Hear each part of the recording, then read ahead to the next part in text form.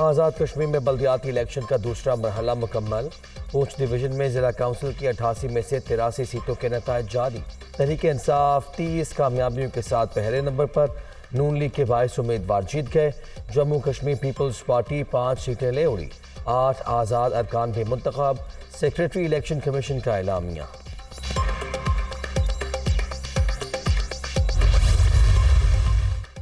General Bajwa نا عمران خان کسی نے ڈبل گیم نہیں کی۔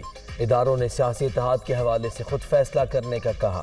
سابق آرمی چیف جاتے جاتے ہمیں پیٹ گئے کہ راستہ دکھا گئے۔ ساتھ دینے کا فیصلہ مرضی سے کیا۔ جو زبان دی ہے اس پر پورا اتریں گے۔ ہمیں شریفوں پر اعتبار نہیں۔ 4 روز پہلے ہونے والی ملاقات میں بھی سسٹم پر بات ہوئی۔ تحریک انصاف کے ارکان نے اپنے چیئرمین کو آرام کا مشورہ دیا۔ 4 ماہ کچھ نہیں ہوگا۔ اسمبلی توڑنے کا فیصلہ حکومتی رویے پر منحصر ہے۔ عمران خان کہیں گے تو 1 منٹ نہیں لگائیں گے۔ وزیر اعلیٰ پنجاب چودھری پرویز الہی کا انٹرویو۔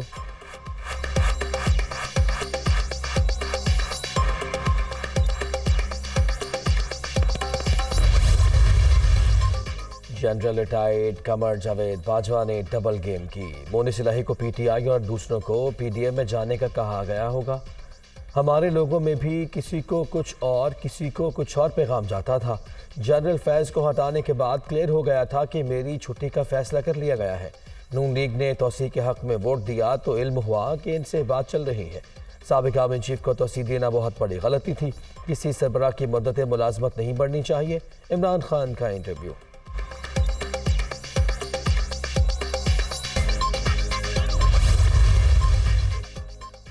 عمران خان کا تازہ بیان پارلیمانی اور جمہوری نظام پر حملوں کا تسلسل ہے۔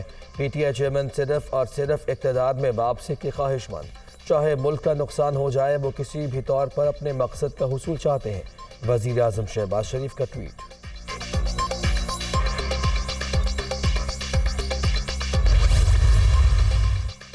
توسیع دینا غلطی تھی تو جنرل ریٹائرڈ قمر باجوہ کو دوبارہ وہی پیشکش کیوں کی گئی؟ عمران خان ایک دن مذاکرات کا بیان دیتے ہیں، دوسرے روز کہتے ہیں مذاق کیا تھا۔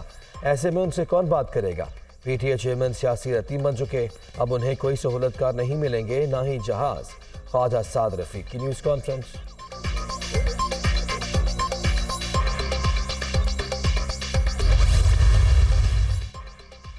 پی ڈی ایم انتخابات سے بھاگتی رہی تو ہم مزید وقت ضائع نہیں کریں گے۔ تحریک انصاف فوری طور پر پنجاب اور خیبر پختونخوا کی اسمبلیاں توڑ کر الیکشن میں جائے گی۔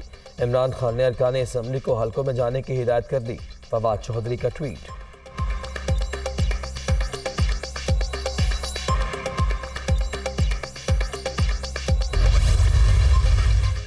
عمران خان اسمبلیاں تحلیل کرنے کا رسک نہیں لیں گے۔ عام انتخابات میں 2/3 اکثریت کی امید محض تحریک انصاف کی غلط فہمی ہے۔ پی ٹی آئی چیئرمین بات کرنا چاہتے ہیں تو غیر مشروط طور پر بیٹھیں تاکہ آگے بڑھنے کا کوئی راستہ نکل سکے۔ یوسف رضا گیلانی کی لودھرا میں گفتگو۔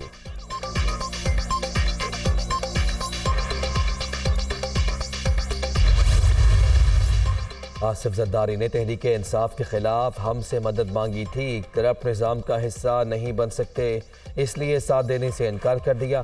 تمام پارٹیوں کی لیڈرشپ لوٹ مار میں ملوث، موقع ملا تو 75 سال سے کرپشن کرنے والوں کو نیست و نابود کر دیں گے۔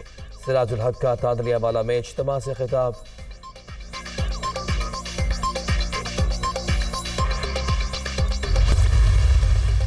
کراچی میں 15ویں 4 روزہ اردو کانفرنس اختتام پذیر۔ آخری روز علم و ادب، شاعری، علاقائی زبانوں اور فنون لطیفہ کے سیشن۔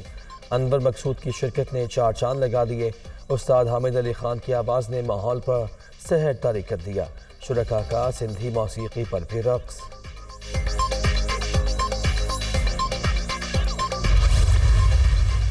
سندھ کلچرل ڈے پر ہر طرف ثقافتی رنگ۔ کراچی، لاڑکانہ، کشمور، سہون اور حیدرآباد سمیت صوبے بھر میں تقریبات کا انعقاد۔ شرکاء کا روایتی دھنوں پر رقص۔ تہذیب اور وطن سے محبت کے جذبے سے سرشار، عوام کی خوشی قابل دید۔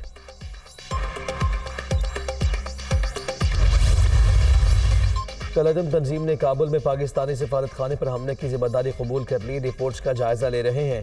دہشت گردی سے افغانستان اور خطے میں امن و استحکام کو خطرات لاحق۔ دشمنوں کو شکست دینے کے لیے سب کو مل کر کام کرنا ہوگا۔ پاکستان دہشت گردی سے نمٹنے کے لیے اپنے عزم پر ثابت قدم ہے۔ ترجمان دفتر خارجہ کا اعادہ۔